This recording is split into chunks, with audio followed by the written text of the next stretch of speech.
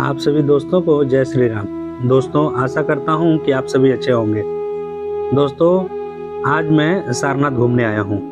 आज के इस खास और इन्फॉर्मेटिव वीडियो में मैं आपको सारनाथ घूमने के साथ साथ इसकी कंप्लीट इन्फॉर्मेशन भी शेयर करूँगा। तो अगर आप भी सारनाथ घूमने का प्लान कर रहे हैं तो ये वीडियो सिर्फ आपके लिए है। इस वीडियो में हम बात करेंगे कि आप सारनाथ कैसे पहुँच सकते हैं, होटल और धर्मशाला कहाँ लें, क्या रेट है, खाने पीने की क्या व्यवस्था है और कौन कौन सी ऐसी जगह हैं जहां आप घूम सकते हैं। साथ ही जानेंगे कि सारनाथ जाने के लिए सही समय क्या है और वीडियो के आखिर में बात करेंगे कंप्लीट बजट की, यानी सारनाथ घूमने का कुल खर्चा कितना होगा। तो सारनाथ की कंप्लीट इन्फॉर्मेशन के लिए इस वीडियो को बिना स्किप किए लास्ट तक जरूर देखिएगा। तो चलिए बिना देर किए शुरू करते हैं इस वीडियो को और देखते हैं सारनाथ के दर्शनीय जगह को। नमस्कार दोस्तों, मेरा नाम है सुनील और आप देख रहे हैं ट्रैवलिंग भैया जी, और आप सभी का इस नए और फ्रेश वीडियो में स्वागत है।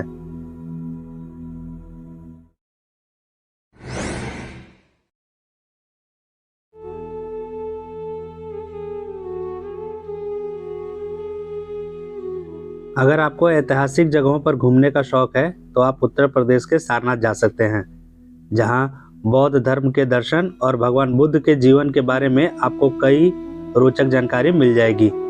सारनाथ एक धार्मिक स्थान है, यहाँ पर आपको अलग सा अनुभव होगा। ये वही शहर है जहाँ भगवान गौतम बुद्ध ने बौद्ध धर्म के बारे में पहली शिक्षा दी थी।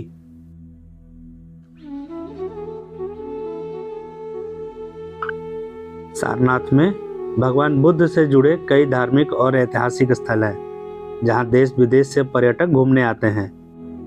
सारनाथ में इन दर्शनीय जगहों को आप भी घूम सकते हैं, लेकिन सारनाथ घूमने से पहले चलिए ये जान लेते हैं कि आप सारनाथ कैसे पहुंच सकते हैं। तो सबसे पहले बात करते हैं ट्रेन की। तो आप ट्रेन द्वारा काफ़ी आसानी से सारनाथ पहुंच सकते हैं। ऐसा इसलिए क्योंकि सारनाथ में भी एक रेलवे स्टेशन है, जहां कुछ लिमिट शहरों से ही ट्रेनों का संचालन होता है। लेकिन अगर हम बात करें सारनाथ के नज़दीकी मुख्य रेलवे स्टेशन की, तो वो है वाराणसी रेलवे स्टेशन। आपको वाराणसी के लिए सभी मुख्य शहरों से जैसे दिल्ली, मुंबई, लखनऊ, इलाहाबाद से डायरेक्ट ट्रेन की सुविधा मिल जाएगी, जिसकी मदद से आप वाराणसी जंक्शन आसानी से पहुंच सकते हैं। वाराणसी जंक्शन पहुंचने के बाद आप आसानी से ऑटो रिक्शा, बैटरी रिक्शा, ओला, ई रिक्शा आदि की सहायता से सारनाथ पहुंच जाएंगे। यहां से सारनाथ की दूरी मात्र 8 किलोमीटर है और आपको एक दिन में घूमना फिरना दोनों हो जाएगा। ई रिक्शा या ऑटो रिक्शा सारनाथ जाना और आना जहां 300 से 400 रुपये चार्ज करते हैं, वहीं आपको कैब वाले 700 से 800 रुपये चार्ज करेंगे, जिसमें आपका आना और जाना दोनों शामिल होता है। बात करें सड़क मार्ग, तो सड़क मार्ग से भी आप सारनाथ आसानी से पहुंच सकते हैं। सारनाथ पहुंचने के लिए सबसे पहले आपको वाराणसी पहुंचना होगा, जो कि उत्तर प्रदेश परिवहन निगम की बसें आपको आसानी से पहुंचा देती हैं, जो कि उत्तर प्रदेश राज्य के हर शहर से चलती हैं। एक बार आप वाराणसी पहुंच गए तो यहां से सारनाथ की दूरी मात्र 8 से 10 किलोमीटर रह जाती है, जो आप किसी भी लोकल सुविधा से पहुंच सकते हैं। बात करें हवाई यात्रा की, तो यह यात्रा आपको थोड़ी महंगी पड़ सकती है, क्योंकि सारनाथ का सबसे नज़दीकी हवाई अड्डा लाल बहादुर शास्त्री अंतर्राष्ट्रीय हवाई अड्डा है, जो कि वाराणसी से 25 किलोमीटर दूर है। हवाई अड्डा शहर से बाहर होने की वजह से आपको सारनाथ पहुंचने में थोड़ी कठिनाई का सामना करना पड़ सकता है, लेकिन अगर आप वहां से डायरेक्ट टैक्सी या ऑटो रिक्शा करते हैं तो चार्ज थोड़ा ज़्यादा लेंगे, लेकिन आपको सारनाथ पहुँचा देंगे। आपको हवाई अड्डे से सारनाथ पहुंचने में 1 से 1.5 घंटा लग सकता है। बात करें रुकने की, तो ज़्यादातर लोग सारनाथ में रुकना पसंद नहीं करते, क्योंकि सारनाथ एक दिन में घूमना फिरना सब हो जाता है। फिर भी अगर आप रुकना चाहते हैं तो वाराणसी में रुक सकते हैं, जहां आपको एक दिन का रुकने का खर्च 800 से 1000 रुपये आता है, क्योंकि वाराणसी से आपको सारनाथ जाना और घूमना सब एक दिन में हो जाता है। फिर भी अगर आपको सारनाथ में रुकना है तो सारनाथ में भी रुकने की कोई दिक्कत नहीं होगी। आपको सारनाथ में भी बहुत सारे होटल और धर्मशाला मिल जाएंगे, जहां आपका 800 से 1000 रुपये खर्चा होगा और आपको एक रात के लिए स्टे मिल जाएगा। बात करें खाने पीने की क्या व्यवस्था है, तो वाराणसी या सारनाथ में आपको खाने पीने की कोई दिक्कत नहीं होगी। वाराणसी में जहाँ बहुत सारे होटल और ढाबा आपको देखने को मिल जाएंगे, वहीं सारनाथ में जो घूमने की जगह है उसके पास स्थित बहुत सारे रेस्टोरेंट है जो आपको वेज खाना सर्व करते हैं। आपका एक दिन का खाना यानी एक समय का खाना आपके 100 से 150 रुपये में आसानी से हो जाएगा। ये तो बात हुई कि आप सारनाथ कैसे पहुंच सकते हैं, कहाँ रुक सकते हैं और खाने पीने की क्या व्यवस्था है। अब बात करते हैं घूमने फिरने की। तो आप अपने दिन की शुरुआत वाट थाई टेम्पल से कर सकते हैं।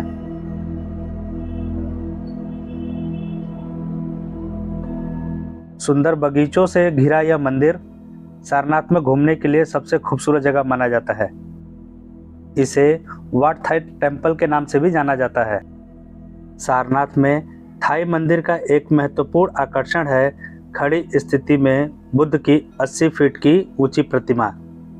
यह भव्य प्रतिमा के अलावा भगवान बुद्ध के विभिन्न मुद्राओं में 3 अन्य पुतले भी हैं जो एक पेड़ के नीचे रखे हुए हैं। इस मंदिर का निर्माण थाई समुदाय के लोगों द्वारा कराया गया था। इस मंदिर में घूमने का कोई प्रवेश शुल्क नहीं है और ज़्यादातर समय ये खुला रहता है।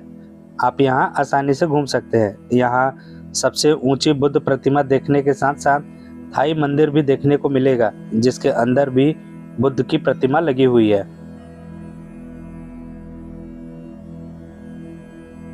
वाट थाई घूमने के बाद आप बगल में ही बने चौखंडी स्तूपा भी जा सकते हैं। उत्तर प्रदेश में पवित्र तीर्थ स्थलों में चौखंडी स्तूप का नाम शामिल है। यहाँ प्रतिवर्ष पर्यटकों की संख्या सबसे अधिक रहती है। चौखंडी स्तूप को बौद्ध धर्म की संस्कृति और महत्वपूर्ण स्मारकों से जोड़ा गया है। ऐसा बताया जाता है जहाँ पर आज के समय यह चौखंडी स्तूप है, वहाँ पे भगवान बुद्ध ने अपने 5 शिष्यों से मुलाकात की थी। उसी जगह पर यह स्तूप बनवाया गया है। यह स्तूप बौद्ध धर्म के उदय में काफ़ी महत्वपूर्ण रहा और इसलिए यह बौद्ध धर्म का एक तीर्थ स्थल माना जाता है। यह जगह घूमने के बाद आप आर्कियोलॉजिकल म्यूजियम चले जाइए। सारनाथ में बना यह आर्कियोलॉजिकल म्यूजियम 1910 में स्थापित किया गया था। सारनाथ के इस संग्रहालय में कई प्राचीन कलाकृतियां मौजूद हैं।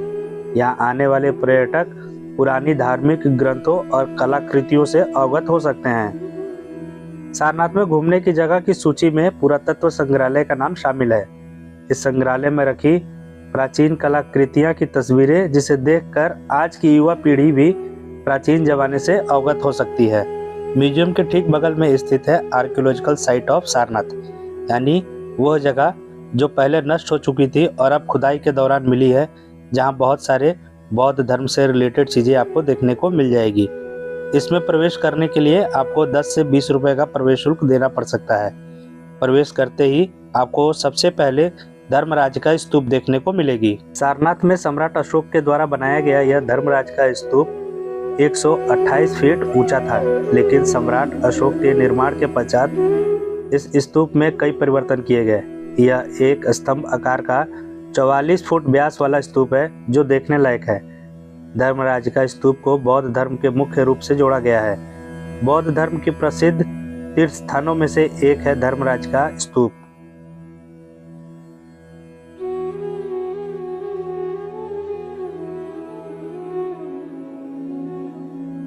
धर्मराज का स्तूप के बगल में ही स्थित है अशोक स्तंभ। भारत का राष्ट्रीय प्रतीक अशोक स्तंभ की एक प्रतिमा सारनाथ में बनी हुई है।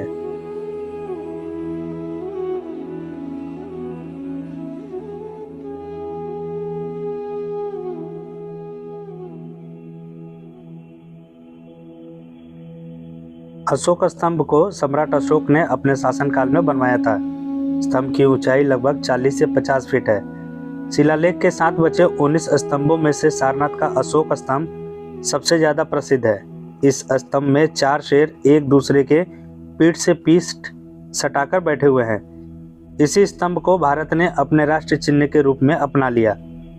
अशोक स्तंभ तुर्की आक्रमण के दौरान टूट गया था और उस मूल स्थान पर केवल आधार ही बचा हुआ है। टूटा हुआ हिस्सा अब सारनाथ के संग्रहालय में प्रदर्शन हेतु रखा गया है। लेकिन आप फिर भी अशोक स्तंभ के टूटे हुए हिस्से को देखना चाहते हैं तो आप यहाँ जा सकते हैं। अशोक स्तंभ देखने के बाद आप मूलगंध कुटी बिहार जा सकते हैं। 7वीं शताब्दी में भारत भ्रमण पर आई चीनी यात्रा हेन त्सांग ने इसका वर्णन 200 फुट ऊंचे मूलगंध बिहार के नाम से किया है। यहाँ भगवान बुद्ध के अवशेषों को रखा गया है और हर साल बुद्ध पूर्णिमा के अवसर पर इसे बाहर निकाला जाता है। यहाँ विभिन्न चित्र भगवान बुद्ध के जन्म से लेकर महापरिनिर्वाण की प्राप्ति तक के जीवन को प्रदर्शित करते हैं।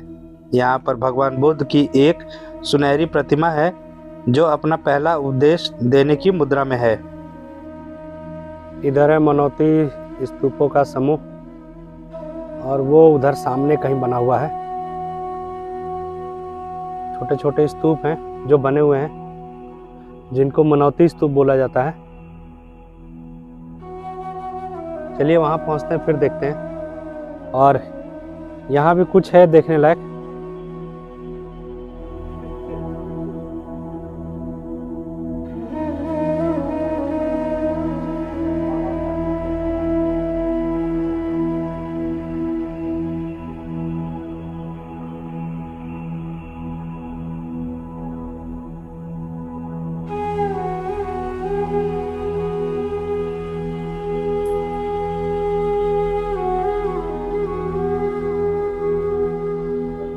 इसके बाद इसी खंडर में स्थित धमेक स्तूप भी आप देखने जा सकते हैं। सारनाथ में स्तूप अत्यधिक है। सारनाथ में घूमने की जगह की यदि बात करें तो उसमें धमेक स्तूप का नाम भी शामिल है।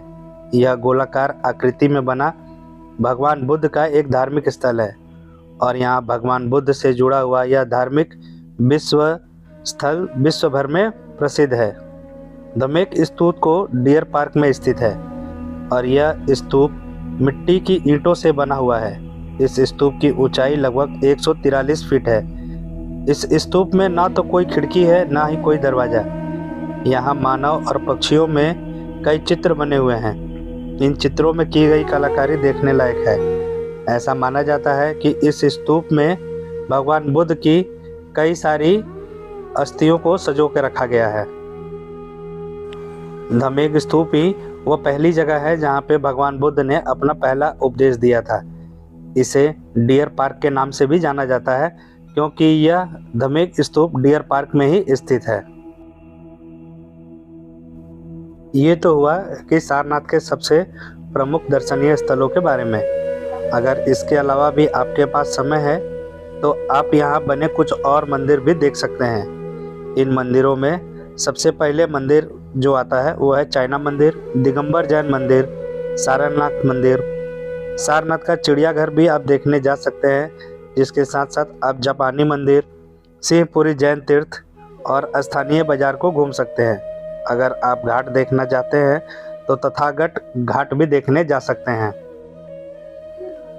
अब बात करते हैं कि आपको सारनाथ घूमने में कितना खर्च आएगा और सारनाथ घूमने के लिए सबसे उपयुक्त समय या सबसे उपयुक्त मौसम कौन सा है जब आप जा सकते हैं। तो सारनाथ में आप एक दिन का प्लान कर सकते हैं। आप दिन भर में सारनाथ आसानी से घूम सकते हैं। यहाँ आप गर्मियों का सीज़न छोड़कर कभी भी जा सकते हैं क्योंकि स्तूप और गार्डन काफ़ी दूर दूर में फैले हुए हैं। गर्मियों में यहाँ घूमने में काफ़ी दिक्कत हो सकती है, तो ठंडी का मौसम या बरसात का मौसम भी सारनाथ घूमने के लिए सबसे बेस्ट होता है।